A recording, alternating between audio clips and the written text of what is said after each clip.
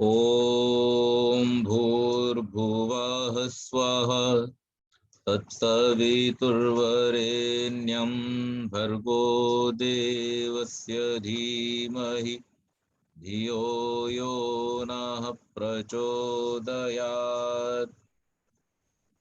कल हमने सत्यार्थ प्रकाश के प्रथम भाग के विषय में चर्चा की थी और ये जानने का प्रयास किया था कि किस प्रकार से स्वामी जी ने सत्यार्थ प्रकाश में लोगों को कैसा मार्ग अपने जीवन में अपनाना चाहिए, किस प्रकार से चलना चाहिए, किस प्रकार से रहना चाहिए, कैसा आहार व्यवहार करना चाहिए, हर विषय पर, यहाँ तक कि हमारी जो धार्मिक मान्यताएं हैं वो किस प्रकार की होनी चाहिए और जो हमारी राजनीतिक मान्यताएं हैं वो किस प्रकार की होनी चाहिए, इस विषय पर चर्चा की है। अभी स्वामी जी ने कुछ शब्दों का प्रयोग किया है जिनमें एक शब्द है राष्ट्र धर्म। राजनीति के साथ साथ वो राष्ट्र धर्म की बात करते हैं, जिसका आज अगर हम देखें तो सर्वथा अभाव हो गया है। लोग राजनीति में तो आ रहे हैं लेकिन राष्ट्र धर्म उनका जो है वो नहीं है। और परिणाम उसका क्या है? परिणाम उसका ये है कि हम लोग जिस देश की स्थिति को देख रहे हैं वो स्थिति ऐसे अवसरों पर, ऐसे कारणों से उत्पन्न हो जाती है। तो स्वामी जी राष्ट्र धर्म की बात करते हुए कहते हैं कि जो व्यक्ति राष्ट्र धर्म को नहीं जानता, नहीं मानता और उसका पालन नहीं करता है, ऐसा व्यक्ति न तो अच्छा नागरिक हो सकता है, न ही राष्ट्रभक्त हो सकता है और न ही वो अपने राष्ट्र का कुछ हित कर सकता है। और जो राष्ट्र का हित नहीं कर सकता वो व्यक्ति कभी सुख प्राप्त नहीं कर सकता।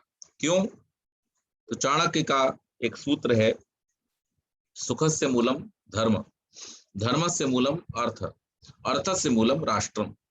तो अगर हम देखें तो जो राष्ट्र है वो कैसा है? हमारे सब सुखों का रूट है। और अगर राष्ट्र में व्यवस्था हमारे अनुकूल नहीं है तो हम सुख प्राप्त नहीं कर सकते। महर्षि दयानंद के समय में ये राष्ट्र पराधीन था, हम सबको मालूम है, और उन्होंने लोगों को इस बात के लिए जगाया, चेताया कि आप अपने देश में सबसे पहले अपना शासन हो ऐसी व्यवस्था कीजिए, ऐसा आप प्रयास कीजिए, क्योंकि पराधीनता में किसी भी प्रकार का कोई सुख नहीं है। ये बात कवियों ने भी लिखी, पराधीन सपने सुख नहीं। तो इसलिए कोई भी व्यक्ति जो पराधीनता की बेड़ियों में जकड़ा हुआ है, जिसको अपने ऊपर कुछ भी करने का, अपनी मान्यताओं को मानने का, अपनी परंपराओं को मानने का जिसको अधिकार नहीं है, ऐसा व्यक्ति कभी सुखी नहीं हो सकता। तो इस बात को लेकर के स्वामी जी ने ये एक मूवमेंट आर्य समाज के रूप में चलाया और लोगों को प्रेरित किया, और उनके इस सत्यार्थ प्रकाश रूपी ग्रंथ ने लोगों को बहुत अधिक चेतना जगाने का काम किया।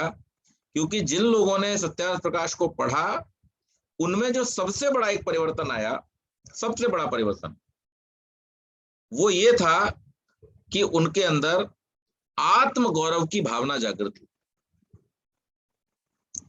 आदमी जिस समय अपना आत्म गौरव खो देता है, अपनी संस्कृति के गौरव को, अपने राष्ट्र के गौरव को, अपने पूर्वजों के गौरव को, अपने ज्ञान विज्ञान के गौरव को जिस समय व्यक्ति भूल जाता है, खो देता है, मान लीजिए उस समय उसका सर्वस्व, और उस समय भारतवर्ष की स्थिति जो थी वो पराभव प्राप्त थी। इसी प्रकार से लोग बहुत डिप्रेस थे, बहुत ज्यादा परेशान थे, और उनको ये समझ ही नहीं आता था कि आखिर इस सबसे कैसे मुक्त हों। अपने अपने स्तर पर कुछ लोग प्रयास कर भी रहे थे, लेकिन उसके समग्र न होने के कारण से, संगठित न होने के कारण से सफलता नहीं मिल पाती। लेकिन स्वामी जी ने ये एक बहुत बड़ा कार्य किया कि उन्होंने पूरे राष्ट्र को एक सूत्र में पिरोने के लिए कुछ मंत्र दिए। और वो मंत्र क्या थे? एक राष्ट्र एक भाषा, एक राष्ट्र एक संस्कृति, एक राष्ट्र एक धर्म।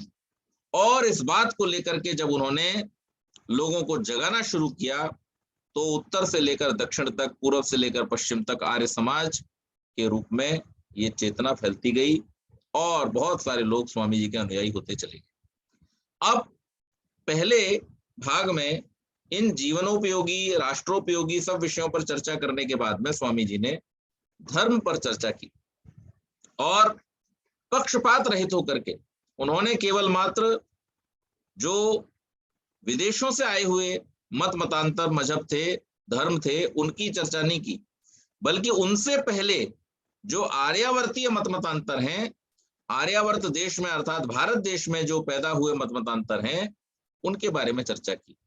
और स्वामी जी वहां पर बहुत बड़ी बात लिखते हैं कि भाई मेरा जो उद्देश्य है वो कोई नया मत चलाने का नहीं। आप ये बिल्कुल ना समझें कि मैं आप लोगों के मत मतांतर की समीक्षा करके कोई नया मत चलाना चाहता हूं, बिल्कुल भी मेरा लेश मात्र भी ऐसा उद्देश्य नहीं है। और ना ही मेरा उद्देश्य किसी का मन दुखाना है कि मैं किसी की समीक्षा करके, कटाक्ष करके, उल्टी सीधी बातें करके किसी के बारे में उसका मन दुखाऊं।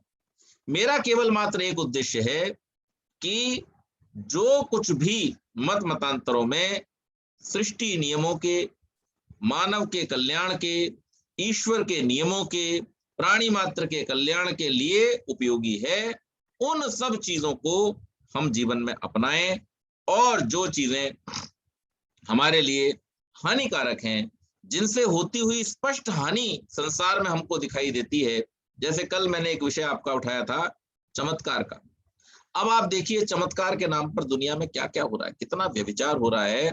आप लोग कल्पना भी नहीं कर सकते कि किस किस प्रकार से लोग दूसरों को बहका करके उनको लूटने का काम करते हैं और उनके साथ में दुर्व्यवहार करते हैं, महिलाओं के साथ में दुर्व्यवहार करते हैं, बच्चियों के साथ में दुर्व्यवहार करते हैं, दुष्कर्म करते हैं। तो ये सब किस नाम पर हो रहा है? चमत्कारों के नाम पर। स्वामी जी इसके धुर विरोधी थे। वो कहते थे इस संसार में पुरुषार्थ है, चमत्कार नाम की कोई चीज नहीं है। आप जैसा कर्म करेंगे, जैसा पुरुषार्थ करेंगे, जैसी आपकी पवित्र भावना होगी, आपको तदनुसार फल मिलेगा। आप अगर ये सोचते हो कि कोई चमत्कार हो जाएगा, कोई बाबा कुछ आपको गंडा ताबीज दे देगा और उससे आपका जीवन सफल हो जाएगा, तो ये होने वाला नहीं है। इस बात को स्वामी जी बहुत अधिक जोर देते थे और इसी बात को लेकर के उन्होंने जो उस समय बहुत सारे मत मतांतर, आज भी आप देखिए हर गली हर नुक्कड़ पे आपको एक नया अवतार मिल जाएगा और लोग उसको लेकर के ये भगवान है, ये भगवान है, ये भगवान है। मतलब अभी तो मुझे ऐसा लगता है कि वो सर्वज्ञ परमात्मा भी थोड़ा कंफ्यूज हो गया होगा कि भाई मैं हूं कि नहीं हूं, और अगर हूं तो मेरा ओरिजिनल नाम क्या है और मैं किस फॉर्म में हूं। मैं तहमद पहन करके चांद पे कपड़ा बांध के बैठा हुआ हूं, या फिर मैं धनुष लेकर के हाथ में और खड़ा हुआ हूं, या फिर मैं सुदर्शन चक्र लेके खड़ा हुआ हूं, या फिर मैं बंसी बजाता हुआ गैया के पास खड़ा हुआ हूं। आगे हूं किस रूप में, मेरा वास्तविक रूप क्या होना चाहिए? इतना बड़ा भ्रम, इतना बड़ा जो जाल है वो फैला हुआ है लोगों को दिग्भ्रमित करने का, कि आप समझ लीजिए आपको कभी भी सही रास्ता पकड़ने ही नहीं दिया जाएगा। अगर एक बार आप उनके शरण में चले गए, उनके चंगुल में फंस गए, तो फिर आप समझ लीजिए कि आपका सत्यानाश निश्चित है। आपकी बुद्धि को काम करना ही बंद कर देंगे। आप मत सोचो, आप विचार, सबसे पहली बात तो ये, तर्क मत करो, विचार मत करो, पूछो मत। केवल जो कहा सत्य वचन महाराज, जो आपने कह दिया वही ठीक है और बस वही हमारे जीवन का कल्याण करेगा। मैं आपको बताना चाहता हूं इस समय कितने सारे आश्रमों में आपने अभी देखा पिछले दिनों क्या क्या चीजें खुली और सामने आई। और ऐसा नहीं कि कुछ की खुल गई तो सबकी खुल गई, नहीं, अभी भी ऐसा बहुत चल रहा है। बहुत सारे जगहों पर अभी भी ये चमत्कार के नाम पर, सेवा के नाम पर, समर्पण के नाम पर न जाने क्या क्या दुष्कर्म किए जाते हैं और लोगों को बहकाया जाता है, लोगों को लूटा जाता है, उनकी संपत्तियों को लूटा जाता है, और लोग भी न जाने क्यों उस भावावेश में बह करके और इस प्रकार के दुष्कर्मों को करना स्वीकार कर लेते। तो स्वामी जी का विरोध इस बात से था। उन्होंने, चाहे वो जैन हो, चाहे बौद्ध हो, चाहे और ब्रह्मा कुमारी हो, चाहे स्वामी नारायण हो, कोई भी ऐसा मत मतांतर नहीं था कि जिसके ऊपर अपनी बात न कही हो, लेकिन बहुत ही सरल और समीक्षात्मक ढंग से उन्होंने चर्चा की। सत्यार्थ प्रकाश को अगर आप पढ़ेंगे तो आपको ये पता चलेगा कि इतना निष्पक्ष होकर के कोई कैसे बात कर सकता है। लोग अक्सर जब बात करना शुरू करते हैं तो अपनी तारीफ में कसीदे पढ़ना और दूसरे की कमियां निकालना शुरू करते हैं, लेकिन महर्षि ने जहां पर समीक्षा की है वो वास्तविक समीक्षा है, एक ऋषि के द्वारा की गई समीक्षा है और सप्रमाण की गई समीक्षा है। उन्होंने हर चीज का रेफरेंस दिया है, हर चीज के लिए तर्क प्रस्तुत किया है और हर चीज के लिए ये प्रेरणा दी है कि आप जो भी माने लेकिन उसको विज्ञान पूर्वक माने। आर्य समाज के सार्वभौमिक सिद्धांतों को लिखते हुए महर्षि दयानंद क्या कहते हैं कि सत्य के ग्रहण करने और असत्य के छोड़ने में सर्वदा उद्यत रहना चाहिए।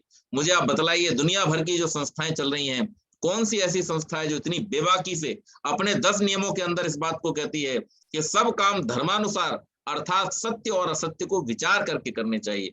हालांकि करते कितने लोग हैं, करते कितने लोग नहीं है, वो एक अलग मैटर है, लेकिन स्वामी जी ने बहुत ही निष्पक्ष होकर के, बहुत ही ज्यादा समर्पित भाव से और ऋषियों की उस उदात्त परंपरा को जो उन्होंने अपने आप को उसके अनुरूप ढाला था, इसीलिए हम उनको ऋषि कहते हैं, महर्षि कहते हैं, उस परंपरा के अनुसार जो उन्होंने आप्त की स्वयं परिभाषा दी कि जो धार्मिक है, न्यायकारी है, निष्पक्ष है और जो सबका भला चाहने वाला है, ऐसा उन्होंने अपने जीवन को बनाया था और उन्होंने सदैव सबके कल्याण के लिए ही उपदेश किया। तो आर्यावर्तीय मतमतांतरों का खंडन और मंडन करते हुए स्वामी जी वहां पर बहुत सारी चीजें लिखते हैं, बहुत सारी बातें बताते हैं, लेकिन उनका जो सार है वो सिर्फ यही है, हमें यही समझना चाहिए कि हम जो कुछ भी करें, चाहे वो विद्या प्राप्ति में हो, चाहे वो व्यापार में हो, चाहे वो चिकित्सा में हो, चाहे वो किसी और चीज में हो, चाहे वो शिक्षा में हो और चाहे वो धार्मिकता में हो, हर बात को हमें नाप तौल करके अपने जीवन में अपनाना चाहिए। किसी भी बात पर आंख मूंद करके अंधविश्वास नहीं करना चाहिए। ये स्वामी जी का सबसे बड़ा उपदेश था जो वो कहा करते थे। इस देश में उस समय में अगर आप उस समोल्लास को पढ़ेंगे, मैं तो आपको कितनी बातें बताऊं उसमें से कि शीतला वगैरह जो क्या क्या उन्होंने बताया है कि ये भैरव आता है, शीतला आती है और देवी आ जाती हैं, भूत आ जाते हैं, पिशाच आ जाते हैं, जिन्न आ जाते हैं और वो आकर के लोगों के ऊपर जाने क्या क्या बोलते हैं। मानसिक रोगियों का ऐसे दुरुपयोग करना और उससे अपनी दुकान चमकाना, ये स्वामी जी ने इसका विरोध किया और उन्होंने कहा कि अगर कोई व्यक्ति रोगी है तो उसका ठीक प्रकार से उपचार होना चाहिए। इस प्रकार की बातों में फंस करके एक शब्द प्रयोग करते हैं स्वामी जी, आंख के अंधे और गांठ के पूरे।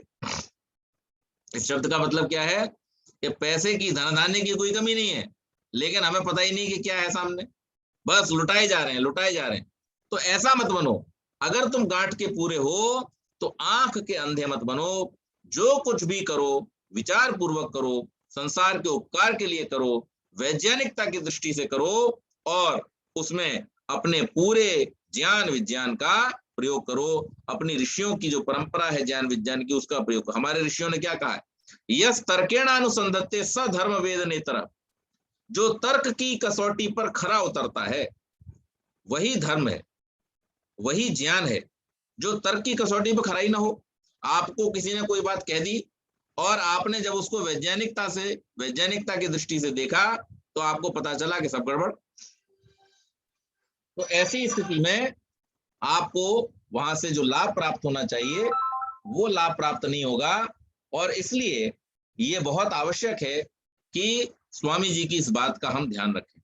तो मैं एक एक करके सबका नाम नहीं लेना चाहता, सब लोग समझदार हैं, जानते हैं, और जब आप इस समोल्लास को पढ़ेंगे तो आपको पता चलेगा कि इस देश में इस समय, उस समय में तो जितने थे उन्होंने स्वामी जी ने चर्चा की, उसके बाद और बहुत सारे अवतार पैदा हो गए इस देश में, और लोग पागलों की तरह उनके पीछे पड़े हुए, पागलों की तरह। मतलब हर व्यक्ति ये चाहता है कि मेरे बदले का काम कोई दूसरा कर दे। क्यों जी? हम चमत्कार क्यों चाहते हैं? इसीलिए चाहते हैं ना, चमत्कार हो जाए, मतलब मेरे बदले का जो काम है, मैं जो काम करना चाहता हूं वो कोई और कर दे मेरी जगह पर। मैं किसी बाबा के पास चला जाऊं, मैं किसी तांत्रिक के पास चला जाऊं, मैं किसी गुरु के पास चला जाऊं, और वो मेरे बदले का काम कर दे, मुझे आराम से मिल जाए, मुझे पुरुषार्थ न करना पड़े। स्वामी जी इस बात का विरोध करते हैं। वो कहते हैं कि आप जो भी शुभ अशुभ कर्म करेंगे, उन कर्मों का ही फल आपको प्राप्त होता है, दूसरे के किए का फल आपको प्राप्त नहीं हो सकता, और इसलिए इन तंत्र मंत्र आदि में फंसना नहीं चाहिए। दूसरी बात, जो लोग अवतारवाद की चर्चा करते हैं, अब अवतार क्या होता है? अवतार किसका होता है? अवतार जो ऊपर है वो नीचे आया, इसको कहते हैं अवतरण। अब इसी शब्द को हम अर्थापत्ति से देखें तो डाउनग्रेड होना, यानी ईश्वर जो सर्वशक्तिमान है, ईश्वर जो सर्वव्यापी है, ईश्वर जो सर्वज्ञ है, वो अवतरित होकर के अपने आप को क्या बना ले? कम शक्तिमान, कम ज्ञानवान और एक देशीय। तो ये उसका विशेष होना हुआ या कम होना हुआ? तो वहां हम सब इसको विज्ञान पर, इसको ज्ञान पर विचार करके देखेंगे तो हमको पता चलेगा कि ये हम ईश्वर की विशेषता नहीं कर रहे, हम तो ईश्वर को वहां पर उसकी कमियां और उसको कम आंक करके हम उसकी प्रशंसा करने का ढोंग कर रहे हैं, लेकिन वास्तव में ऐसा नहीं होता है। तो स्वामी जी ने कहा कि देखो, जो सर्वव्यापी, जब उन्होंने विषय भी इसका लेकर के बताया उदाहरण के साथ में, जब कहा गया तो क्या रामचंद्र जी अवतार नहीं थे? उन्होंने रावण को मारा, सर्वशक्तिमान रावण को मारा, तो क्या रामचंद्र जी ने अवतार नहीं लिया? तो स्वामी जी वहां पर कहते हैं कि परमात्मा इतना शक्तिशाली, जो बड़े बड़े ग्रहों, नक्षत्रों, ब्रह्मांड के बड़े बड़े पिंडों को घुमा रहा है, चला रहा है अपनी शक्ति से, जो इस संसार में असंख्य प्राणियों का जन्म देने वाला, जो इस संसार की व्यवस्था को चलाने वाला है, जिसकी व्यवस्था से इतने बड़े बड़े पहाड़ पर्वत इस पृथ्वी के ऊपर स्थित हैं, और जो इनका सबका धारण करने वाला है, उसके लिए वो रावण एक कीड़ी के बराबर भी नहीं है। वो जब चाहे तब मसल दे उसको, उसे जन्म क्या जरूरत है इसकी?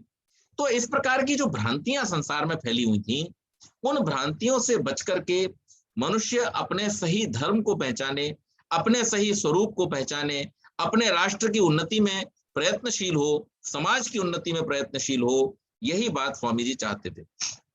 दूसरी बात जो उन्होंने कही कि जब आपके अपने देश में इतना ज्ञान विज्ञान और धार्मिकता है, तो आपको बाहरी, जो बाहर से आने वाले मतमतांतर हैं, उनको धर्म के रूप में अपनाने की क्या आवश्यकता है? ईसाइयत बाहर से आई, इस्लाम बाहर से आया, क्यों अपनाना है उसको? आपके अगर धर्म में, आपकी पूजा पद्धति में, आपकी जीवन शैली में किसी प्रकार की अगर अवैज्ञानिकता है, ज्ञान विज्ञान की अगर कमी है, तो उसको आप अपने जीवन में अपनाएं, समझ में आती है उन्नति के लिए। लेकिन इतनी उन्नतिशील परंपराओं को छोड़ करके और एक अधम परंपरा को अपनाना, इस प्रकार से अपने जीवन को अपने नीचे की तरफ लेकर के जाना, ये तो कहीं पर भी उचित नहीं है। और इसलिए उन्होंने उनकी भी समीक्षा की, ताकि लोगों को ये पता चल सके कि वास्तव में असलियत है क्या, कौन क्या कहता है। जब आजकल टीवी डिबेट पर बैठ करके और कोई ये कहता है अरे साहब सब धर्म बराबर,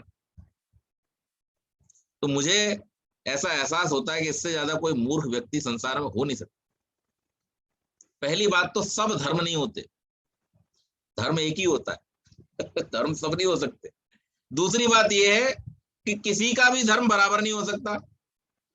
हर एक का धर्म, हर एक की ड्यूटी, हर एक का कर्तव्य, हर एक का जीवन अलग अलग है, और इसलिए किसी का भी किसी के बराबर करने की जरूरत ही नहीं है।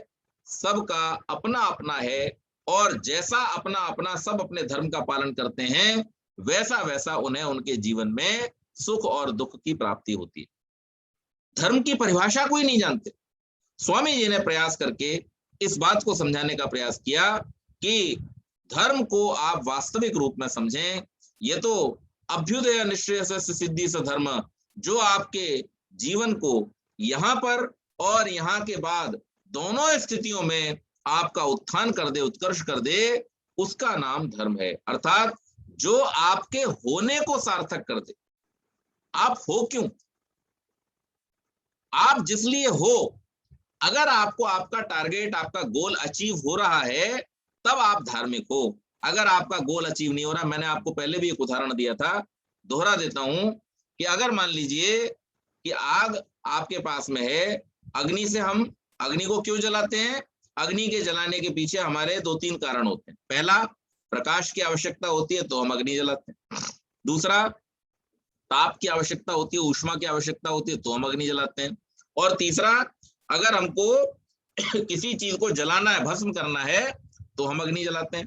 अब मान लीजिए कोई ऐसी अग्नि आपको सौंप दी जाए कि जिसमें न तो ताप हो, न प्रकाश हो, और ना ही वो किसी चीज को जला पाए, तो आप उसको अग्नि कहेंगे? सिंपल सी बात है, आप कहेंगे अग्नि थोड़ी है। अग्नि होती तो जलाती, अग्नि होती तो गर्माती, अग्नि होती तो रोशनी करती। अरे ये तो ना रोशनी कर रही है, ना गर्मी दे रही है, ना जला रही है, तो काहे की आग है? ये आग है ही नहीं। इसी प्रकार से मनुष्य जीवन का लक्ष्य क्या है? मनुष्य जीवन का जो लक्ष्य है, उस लक्ष्य को जो प्राप्त करा दे वो उसका धर्म है।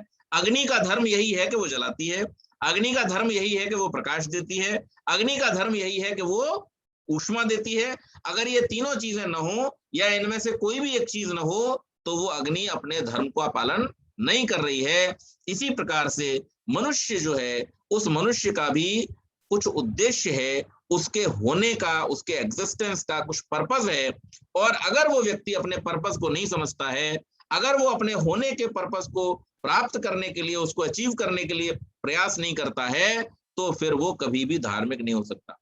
धार्मिक होना एक बात है, और पूजा पद्धतियां 50 प्रकार की करना ये अलग बात है।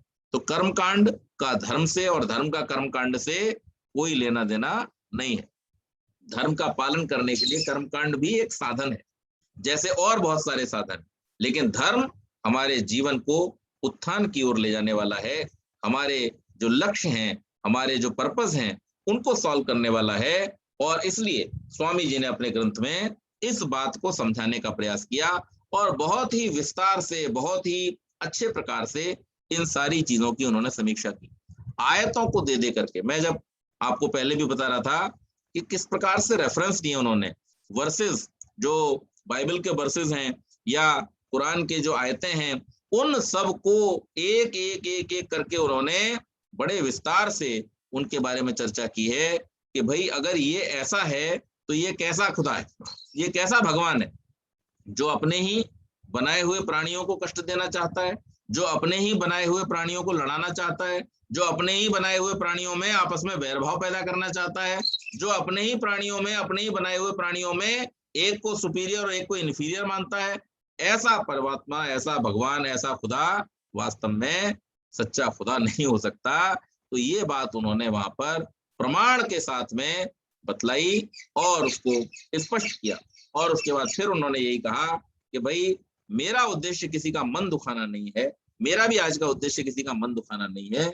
उद्देश्य सिर्फ यही है कि हम सत्य असत्य का निर्णय करने में समर्थ हो सकें, और अपने जीवन में सत्य को ठीक ठीक धारण करके अपनी उन्नति कर सकें। समाज और राष्ट्र की उन्नति तभी होगी जब हमारी अपनी उन्नति होगी। जब तक हम क्लियर नहीं है, हमारा कॉन्सेप्ट क्लियर नहीं है, तब तक हम दूसरों को भी रास्ता नहीं बता सकते, और सही रास्ते पर स्वयं भी नहीं चल सकते। तो सत्यार्थ प्रकाश एक ऐसा दिव्य ग्रंथ है जो हमें जीवन की हर समस्या का समाधान देता है। किसी भी प्रकार की समस्या हो, उस हर समस्या का समाधान हमको वहां मिल जाता है। कई बार जब मैं ऐसी बात कहता हूं तो लोग प्रश्न कर देते हैं कि पंडित जी हर समस्या का समाधान तो मतलब मोबाइल और कंप्यूटर के बारे में क्यों नहीं लिखा स्वामी जी ने? तो मोबाइल और कंप्यूटर जीवन की समस्याएं नहीं है। आज भी इस धरती पे लाखों करोड़ों ऐसे लोग हैं जिन्होंने ना कभी मोबाइल देखा है, ना कंप्यूटर देखा है, लेकिन जीवन वो हमसे बेहतर जी रहे हो सकते हैं।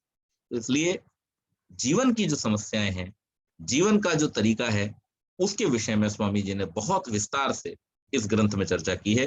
तो हमें प्रयास करके अवश्य ही इस ग्रंथ को पढ़ना चाहिए।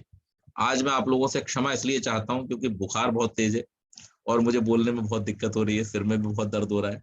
तो इस बात को हम यहीं पर कंक्लूड करेंगे। और आप लोग अगर कोई प्रश्न है तो पूछ सकते हैं। आप सबका बहुत बहुत धन्यवाद। एक और बात, परसों आराम करिए पंडित जी, बुखार है। 15 अगस्त का उस कार्यक्रम में आप सभी लोग अधिक से अधिक संख्या में पहुंचे। बहुत सुंदर कार्यक्रम का आयोजन हम बड़ी मेहनत से कर रहे हैं, उसी के लिए सारी भागदौड़ चल रही है। उसी भागदौड़ के चक्कर में ये थोड़ा सा मेरा स्वास्थ्य आज गड़बड़ हो गया, तो आज भी हम वहीं से अभी लौट रहे हैं। बुखार में भी मैं गया, सब सामान वहाँ हवन वगैरह का पहुंचाना था, व्यवस्था करनी, क्योंकि वहाँ के लोग जो हैं अभी वो हमारी पद्धतियों से परिचित नहीं है, तो इसलिए सारा सामान हमें यहीं से ले जाकर के उनको, और यहाँ से काफी दूर पड़ता है, 65 किलोमीटर है, लेकिन बड़ी रमणीक जगह है और बहुत आनंद वहां पर आएगा कार्यक्रम में। तो जो लोग भी आ सकते हैं आने का प्रयास करें। चेंबूर आर्य समाज से एक बस भी जा रही है जो हमने सब लोगों के लिए की है। 8:30 बजे आप लोग चेंबूर आर्य समाज में आकर के उस बस का भी लाभ ले सकते हैं। वो सुबह यहाँ से जाएगी कार्यक्रम के बाद में, और ऋषि लंगर के बाद में वो सब लोगों को लेकर के वहां से आएगी, तो वो आपको जहां आपका स्थान है नियत स्थान पर ड्रॉप कर देगी। तो इसलिए आप अधिक से अधिक संख्या में आए। फिर से एक बार निमंत्रण, बहुत बहुत धन्यवाद। पंडित जी बहुत बहुत आभार कि आपने इतना अच्छा ज्ञान हमें दिया है। ये पूरे चैप्टर्स का, ऑल 14 चैप्टर्स जो कवर करते हैं, और आज खासकर आपकी तबीयत नासाज थी, फिर भी आपने, हम यही रिक्वेस्ट कर रहे थे कि तबीयत, आपको परसों का प्रोग्राम भी करना है तो आप ज्यादा चेष्टा नहीं करते तो अच्छा था, बट बहुत बहुत आभार।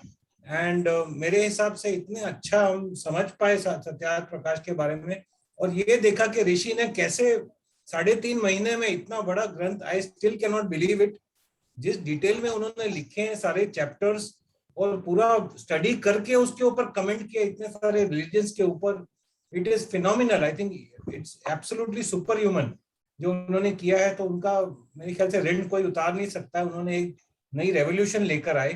तो इस महान ग्रंथ के बारे में जितना हम पढ़ें उतना अच्छा है। जैसे आपने कहा, हम जब खुद पढ़ेंगे तब उसको सीक्वेंस वाइज चैप्टर 1 से लेकर चैप्टर 14 तक पढ़ेंगे, तो उसमें हमारा ज्यादा ज्ञान की वृद्धि होगी। I am sure we will try to do that, and उससे आई एम श्योर लाइफ में बहुत we learn a lot and live a better life. बहुत बहुत धन्यवाद, बहुत बहुत धन्यवाद। Please take rest. Pandit ji आराम करिए पंडित जी, तब आपको हम we can not take it lightly. आपकी तबीयत खराब हो जाएगी तो हमारी सबकी तबीयत खराब रह जाएगी। तो वी कैन नॉट अफोर्ड। जी जी ठीक है जी, चलिए सभी को नमस्ते। हम लोग छुट्टी ले लें, चलेगा? आप छुट्टी नहीं ले सकते। नमस्कार, धन्यवाद जी।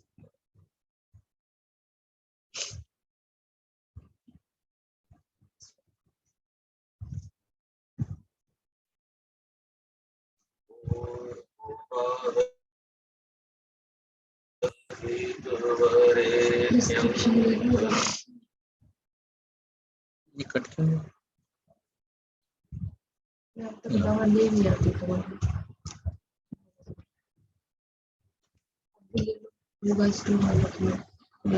तो वो तो 24 घंटे को ले लेते हैं।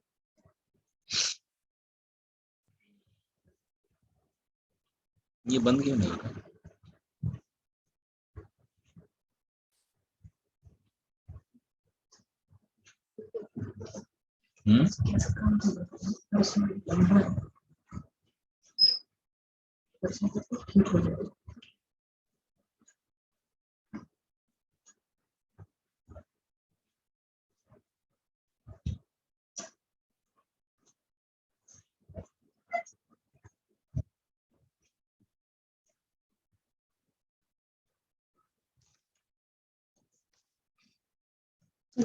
प्रिस्क्रिप्शन दे दो, ठीक है?